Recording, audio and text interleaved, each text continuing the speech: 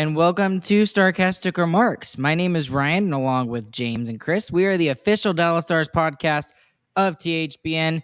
Please go and use the promo code THPN the next time you go and use DraftKings Sportsbook. They are our sponsor for this episode, this podcast, and all of THPN. And we want to say congratulations to the winners tonight, the Dallas Fuel. How about the Dallas Fuel, right, guys? That was much more interesting than this hockey game. I know, right? That's true.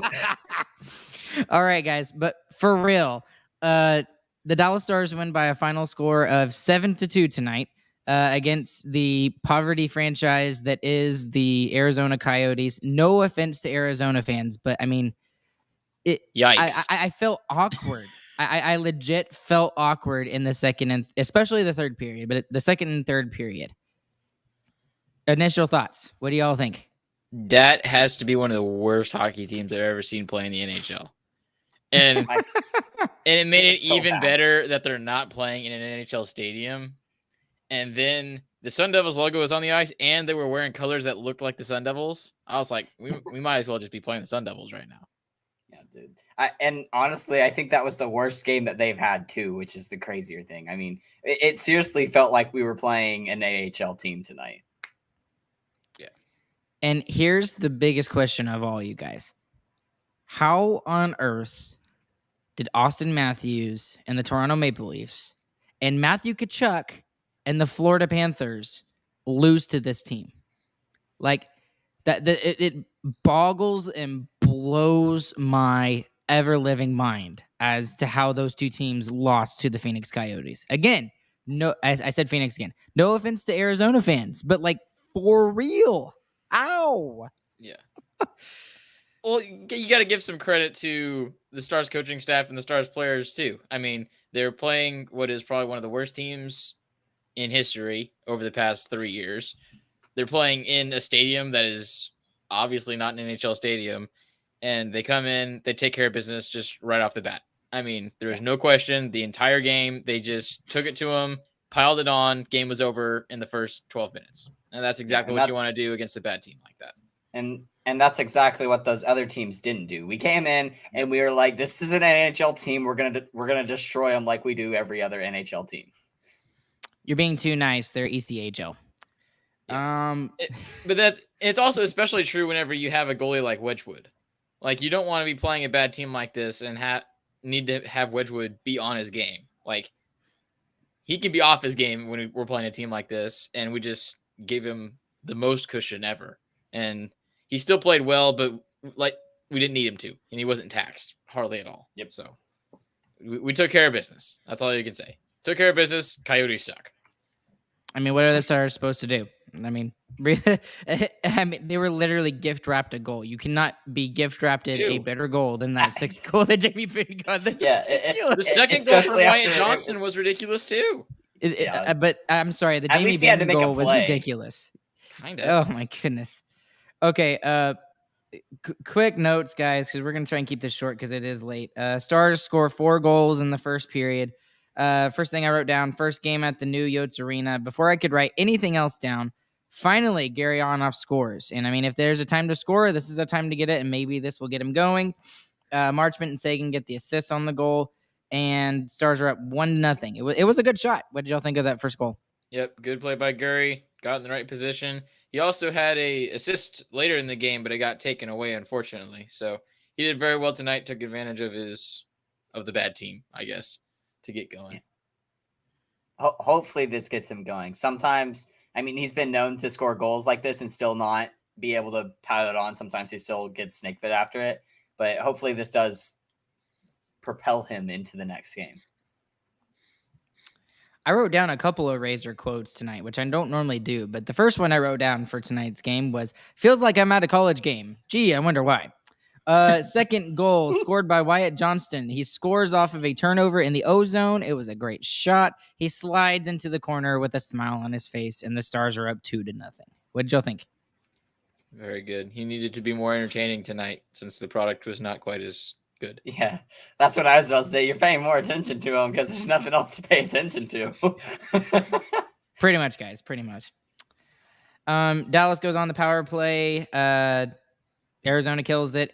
I do need to mention this. Heiskanen bust-tailed to catch Clayton Keller when it looked like Keller was going to get a breakaway. Oh And my that was absolutely. goodness. I know, yeah, He they was mentioned so that all over fast. Twitter. It was ridiculous. My goodness, he was so fast. I want to see that guy in speed skating at the skills competition. Like, fully seriously. I want to know. 1v1 versus Connor McDavid. I want to see that. I want to know. All right, Delandria would get a tip. It would go off the post, and then literally as soon as I finish writing that, he actually does get a tip of a goal that goes in. And Miller gets his first point as a Dallas Star with the primary assist, and Dallas gets 3 goals on 10 shots. Bye-bye, Connor Ingram. In comes Vimmelka. So And another first goal of the season. First goal for Gurry, first goal for Delantria. Yeah. Although Delandrius was a little bit more lucky. Yeah, but he totally deserves that goal. I mean, he does. Oh, yeah. His net- No, his I net front agree. was great. But The way he's been playing this season has been fantastic. Fully deserved goal. But yes, it just kind of went off his hip. also, that was a crazy hard shot for Miller. He shot that, Great and I was shot. surprised. I was like, dude, what the heck? Yeah, the guy's got a shot. Yeah, no joke. With that goal, Gurianov has his first multi-point game since March 19th. That's got taken away. ridiculous. It is not a multi-point game. Oh, it's not? Nope. He would have had the secondary assist, but since it was deflected by Delandria, he does not have a multi-point game. That sucks. Okay. But that's okay. He gets the goal. That's really what he's there for, to score goals. So I wrote Gurianov looks different, good different. Robo gets the 4th goal of the period. He finishes off a absolutely beautiful tic-tac-toe goal. Chris, I'm going to piggyback on what you said. This is the best line in hockey right now. There's no doubt in my mind that this first line of the Dallas Stars is the best line in the NHL right now. It's too good. And especially when they're on the ridiculous. power play every time, too. I mean, our power play is our first line. And it should be. And Ben. Yeah. And then Ben stands in the front of Ben the and net. Heiskanen, yeah, right. After the first period, shots were 12-6 for Dallas, and I put on Twitter, I put the Staples easy button. That's literally all I put. That was brutal. Thoughts from the first period, you guys? That was easy. Yes, Yep. agreed. You summed it up with your tweet. Yeah. That was perfect. Going into the second period, I really didn't write much in the first 10 minutes. There was not much going on. There was a penalty that Sagan got at the end of the first that continued into the second. There was a couple of shots Delandria had to play. There was a good defensive play by Lindell. And then around the 10-minute mark for about 4 or 5 minutes, it started to get a little scary there for a second. And Arizona showed that even though they are a bad team, they are still willing to work hard. So they did have their chances there. There is a really bad turnover by Foxa, and we'll talk about somebody else who had really bad turnovers today. Glendening had a semi-breakaway chance, and then Wedgwood completely bails out Ryan Suter after a really bad D-zone turnover, which Ryan Suter looks terrible tonight for me. And normally I tried to kind of stick up for him because of how much crap he gets, but I can't fend for him tonight. The puck was just jumping off his worse tape tonight. Every time he had the puck on his stick, it just flew right off. No. But I mean, idea if you're gonna choose a night to be bad, the night where your team's 4-0, that's a pretty good night to choose to be bad. Correct. Agreed. And in a night like this is where you say, all right, Suter, Pavelski, y'all aren't playing anymore. Y'all can just take the rest of the night off. Right after Wedgwood bails out Suter, there was a really good play by Ben. He puck checks somebody in the O zone. He gets a really good couple of scoring chances. And at that point, I was completely 100% rooting for him to get a goal. I'm like, he has to get a goal tonight. He's looked fantastic the last 2 games. Dallas would go on the power play. Kiwi would cause that. Pavelski would have a backhand chance, and then Stars would go up 5-0. Heiskanen would set up a beautiful goal with a beautiful move. It leads to a mad scramble in front, and Robo pots it. I really honestly thought that was when Ben was going to score, but it was Robo's second of the night. It's a power play goal. Thoughts on that goal, guys? Primary assist from Ben. Good to see the power play keeping on rolling against a pretty decent Coyotes penalty kill so far this season. Well, not to mention the power play for Arizona was clicking at like 32% is what I think I heard tonight, which that's fantastic. Crazy high. Only gave him one chance. Very good by the Stars. One penalty. Dallas would get a fourth power play from Ghost, as they call him, Gostisbehere. He would get a breakaway coming out of the box after they kill it. Wedgwood had a really good save on that. And then I wrote down, just because I thought it was hilarious, I just realized that Hulk was on the side of Wedgwood's mask. So thoughts on the second period, you guys? Yikes. Yeah, this one, it was just sad to watch the game. Yeah, they're just grinding through this period. I mean, if this was a high school football game, the clock would have been rolling the whole time. Yeah, running clock in the second half. Third period, Ben gets an absolute gift. If that's not on Steve's dang it's, I will be shocked. Vejmelka basically passes it straight to Jamie Ben. Jamie Ben pots it into the back of the net. There's no celebration or anything from anybody. Because at that point, it's 6-0. So I don't even know if it gets on Steve's dang it's, just because it's not funny. It's just sad. Like, it's not. I don't find it funny. That's absolutely hilarious. And it's even more funny for Steve, because he's going to have to talk about it, because this team beat his team. That would be ridiculous. That is true. That's the funny part for me. Everyone's going to be laughing at that. That's the dang it. Toronto, they show this clip, but the dang it is Toronto lost. And he's going to talk about it. He's going to talk about it on that play. It's like, how did this Vejmelka guy, destroy the Toronto Maple Leafs? I don't know. Yeah. All right. As he's going back to the bench, Ben sticks his tongue out like, what am I supposed to do? I have to take advantage of it.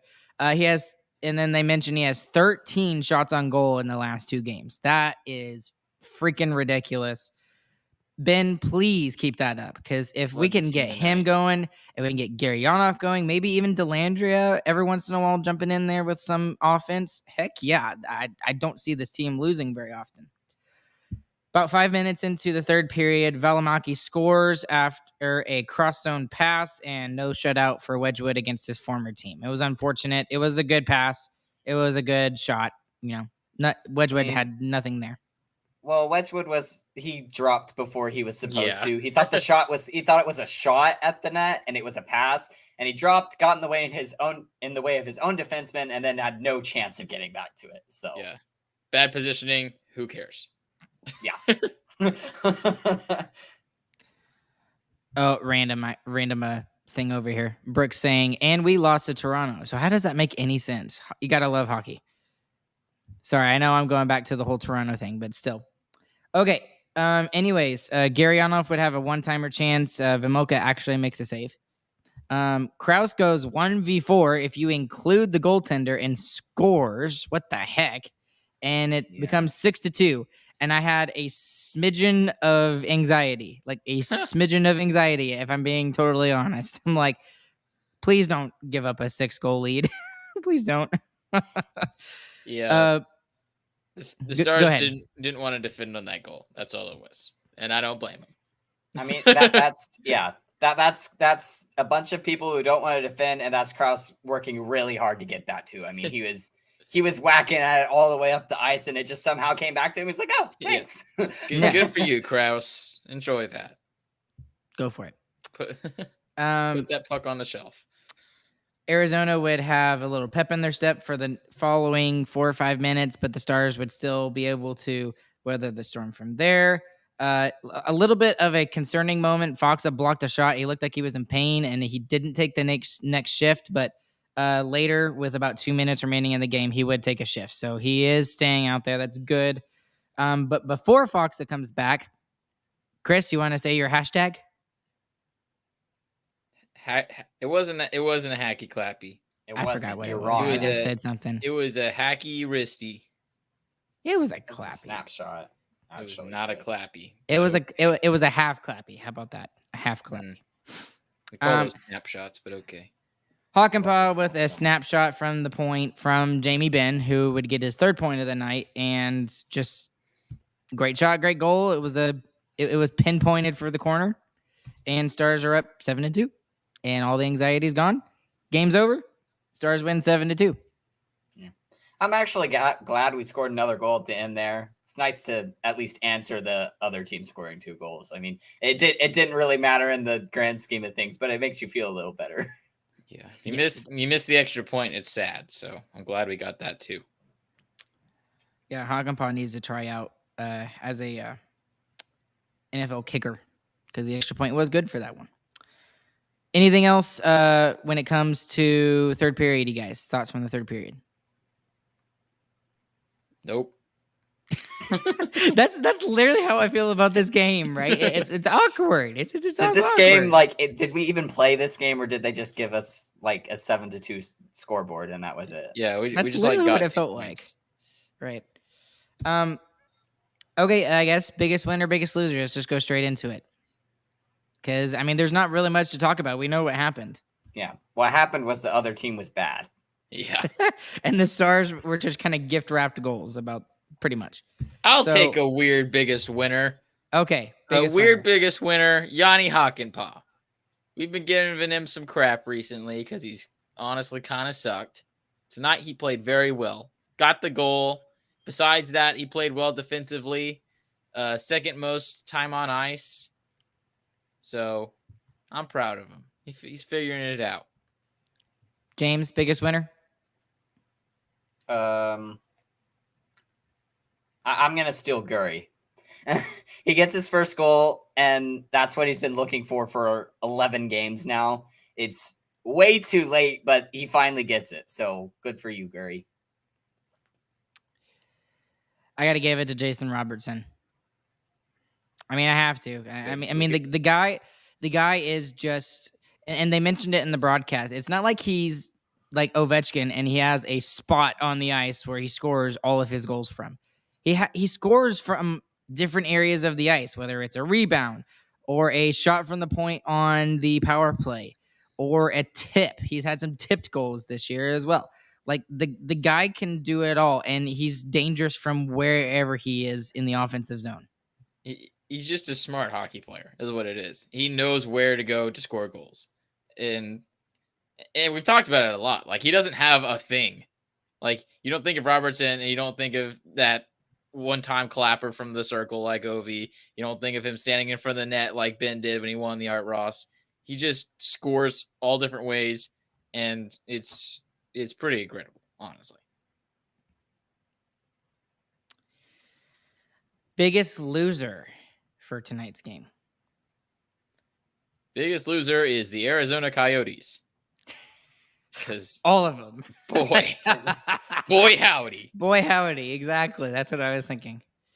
If I had to go specific, I got to go with the goaltending, because normally Which that's one of the both. Exactly. Yeah, which one, Ryan? Both We're of still them. not specific. Goaltending. Both of them. Normally Vejmelka is at least okay. And he has every once in a while where he has like a world beater game where he saves like 45 shots and somehow wills the Coyotes to a win. But neither him or Ingram were able to do that tonight. And I have not seen that bad goaltending in a very long time. Like a very long time. And I saw when Kari was really starting to go down in his, when he was really starting to suck it up. Same thing with Niemi when he was really sucking it up. And so that's me. If I'm looking specifically at the Stars, I actually have a biggest loser tonight for the Stars, and it's Ryan Suter. He had at least 2 major turnovers in a game against the worst team in the NHL, in a game that they won with a +5 goal differential. And I didn't really see anything else that showed me that he was really, really good tonight. Honestly, I just don't care that much. James, can I be the biggest? Can I be the biggest loser for having to watch that game? Yes, James is the biggest loser. Yeah, we all are biggest losers. All of us, just the 3 James. of us here. No, just me. Oh, just James. Just okay. Me. Just James. Yeah, stop trying to take credit for my biggest loser. All right. Are we done? Can we go to sleep now? Well, really quick. I want to talk about Edmonton for just a quick second, because I'm scared. I'm scared of the game on Saturday, and for one reason only. For those of you that didn't pay attention to the game tonight that Edmonton did play, they were up 3-2 against the New Jersey Devils. The Devils are a really good team this year. I think they're 8-3 ending tonight. But the Oilers had a 1-goal lead late in the third period, and they allowed 2 goals in 7 seconds and lost the game. So I am expecting 100% Connor McDavid to go hockey god, and It's okay. Draisaitl for that matter too, to go hockey god on us tomorrow or on Saturday. So I'm a little worried about that game. They may have a hockey god, but we have our own hockey god, and his name is Miro Heiskanen. So yeah, expect Miro Heiskanen to play almost 30 minutes. Let's go. Well, here's the problem. They play on different lines. So I don't care. McDavid's the one that's scoring the goals. Every time we play the scoring Oilers, the goals this year, okay? Yeah. Every time we play the Oilers, we just let Draisaitl score against us, and we just don't let McDavid. I'm fine with that. Exactly. Draisaitl can score a hat trick. We'll score 4 goals. We'll win. Boom. Yeah. Easy. Right. Okay. We already got it planned out. Yeah. Easy game. Easy 2 points. But for real, I always love playing the Oilers. Heiskanen literally trails McDavid the entire game, and it's so fun to watch that. I don't know. I know it pisses McDavid off to no ends, but it is so much fun to watch. If a great defender against a great offensive mind, it's so cool. If you ever get to see Edmonton in Dallas, I mean, those games are the most fun to go to because you just watch Miro and McDavid the whole game, and they're always right next to each other the entire game. So yeah, you can ignore the puck, and you can just watch Heiskanen and McDavid skate around the ice, and it's just fantastic. Can't do that on TV, unfortunately. One other thing I do want to mention is because the road trip continues after Edmonton, and we go to Winnipeg, where we see Rick Bowness for the first time with his new team. But here's the funky thing about this, and I would have never put this, I never would have said this at the beginning of the season. The Stars and the Jets are 1-2 in the Central Division right now. Colorado is doing meh. They'll figure it out. Chicago is doing meh, so they're overperforming from what we expected. And then Minnesota is sucking it up. They lost 4-0 to the Kraken. The St. Louis Blues are absolutely sucking it up. They started 3-0, and now they've lost 7 in a row, I think. 6 or 7. 6. And then who else am I forgetting?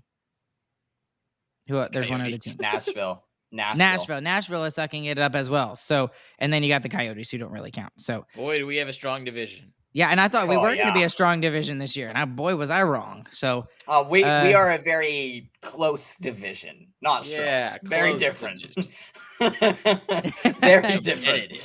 It will be fun to watch. We'll still have like a playoff race at the end of the year, but it's not going to be very pretty. I don't know. At this point, the way like Seattle's playing, they're actually playing pretty well. Could there be 5 teams from the Pacific make the playoffs instead of 5 from the Central? Yes. So far, according to this season, there should be. So we'll see how that goes. We need to wrap it up because it is late and we need to get out of here. But any other thoughts for tonight, you guys? GG, boys. GG, boys. You remembered it this time, Chris. Good for you. All right. Go and check out our shop at starcastremarkshop.com. That for all of our stuff, we have bath mats, as Chris always points out. And then follow us on social media. And you can also follow us on social media. James at JamesTheBomb02, me at RChambers1993, Chris at ChrisCham2B, and then obviously all the podcast stuff as well across social media. Along with Chris and James, my name is Ryan. Keep commenting at us for the lampshades, phase 3. Phase 3 lampshades. Along with Chris and James, my name is Ryan. We'll catch you guys on the flip side, and we hope you guys have a good morning, afternoon, evening, whenever you guys are listening. We'll catch you guys later.